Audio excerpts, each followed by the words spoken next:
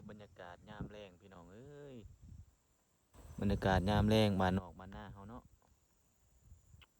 โอ้สวยสดงดงามนี่แหละชีวิตบ้านเฮาพี่น้องเอ้ยบ้านเฮามันก็ซ้ำบ้านเฮานี่แหละเนาะแต่มื้อนี้เฮาก็มาใส่หม้องพี่น้องใส่หม้องปลาซิ่วกับน้องกับนุงกับทีมงานเนาะนี่มาเบิ่งน้องอันนี้ก็น้องเก่าน้องแก่พี่น้องน้องที่ว่าได้นั่นเป็นหลายปีเติบเลยเนาะหลายร้อยปีน้องอันนี้น้องนี่ใหญ่อยู่ประมาณ10 ปีตาหลายกว่า10 ปีตาร้อยแม่นแหละเบื้องนั้นก็แม่นเต็มเนาะอ้อมข้างมีแต่ผู้เนาะพี่น้องอ้อมแอมน้องมีแต่ผู้อยู่นี่เนี่ยโอ้ยมีแต่ดินดำหนำซุ่มมีแต่เงินแต่ทองมีแต่ค่ำทั้งในนี่เบื้องนี่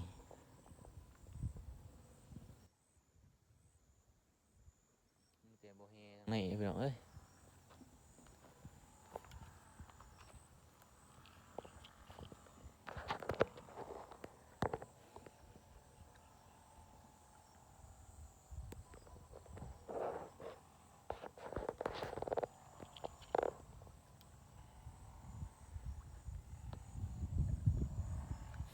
มายางเบิ่งดูพุ่นเนาะ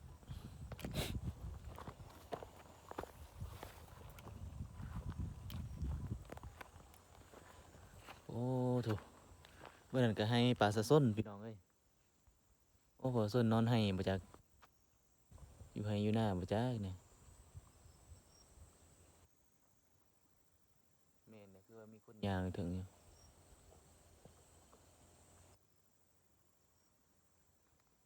เป็นให้เขากับขูดครับขูดเข่าแล้วเนาะป้าบรรยากาศเย็นดีเนาะป้าโถน้ำนี่ก็เลิกเติบอยู่ได้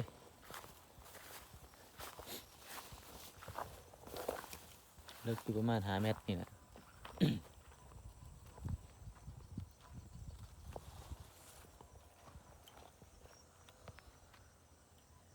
ป้าโถน้องเลยพี่น้องเลย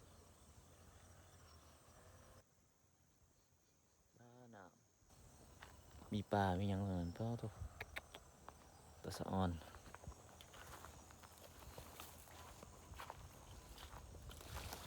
น้องเบิ่งตังพี่โอ้มีกกอันนั้นอีกอันนี้คือกกตะกี้เป็นไฮของปลาส้นเนาะอยู่นี่เนาะกกหมากม่วงหิมพานต์พี่น้องโอ้ก็เตมันกกกระโดดมาเนี่ยเว้ยพ่อแม่นที่ผมมองหิมพานต์เบิ่งแม่นแหละใบนี่มันจะหอมๆมาเลยมันจะแซ่บ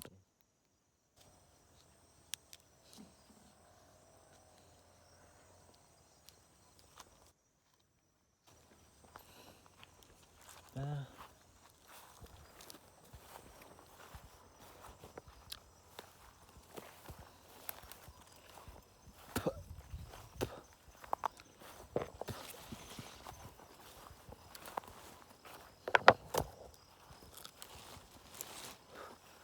ไปขอเลขอยู่นี่ว่าเว้ย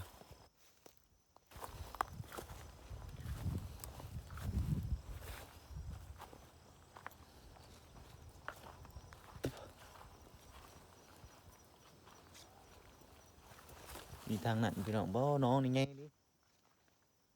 เคยเห็นเว้ย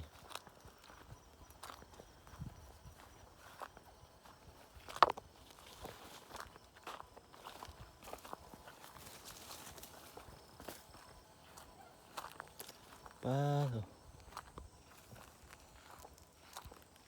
น้องนี่ก็ใหญ่พิลึก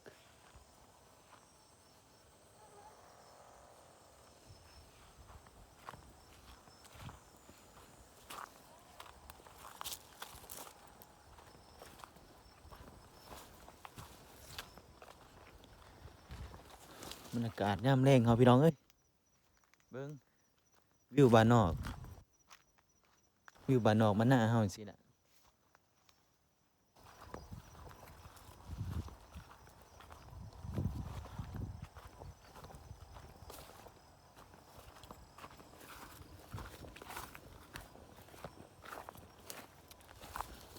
ว่าสิลงน้องกับบ่กล้าลงเว้ย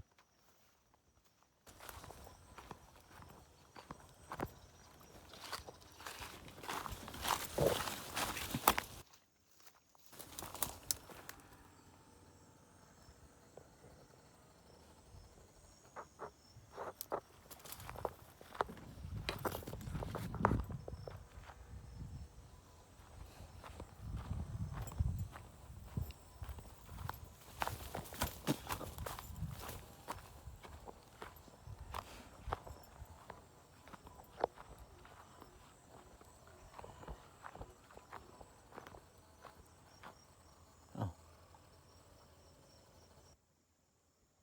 คุณน้องชายเพิ่นกำลังใส่หมองเนาะนี่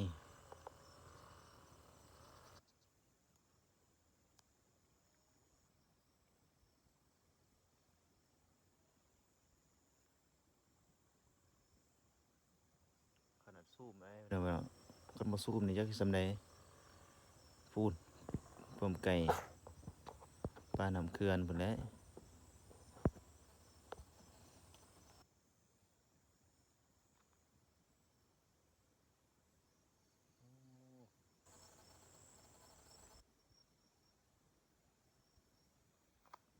ดังไฟอยู่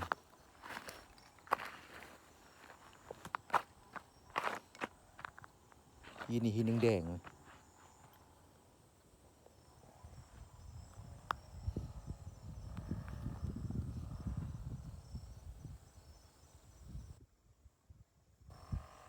เอาก็ขอบใจพี่น้องเนาะที่รับชมเนาะว่ามันก็มีเหือยลองซูมเบิ่งฮอดอยู่บ่หินเหือยบ่นี่หินแดงๆนี่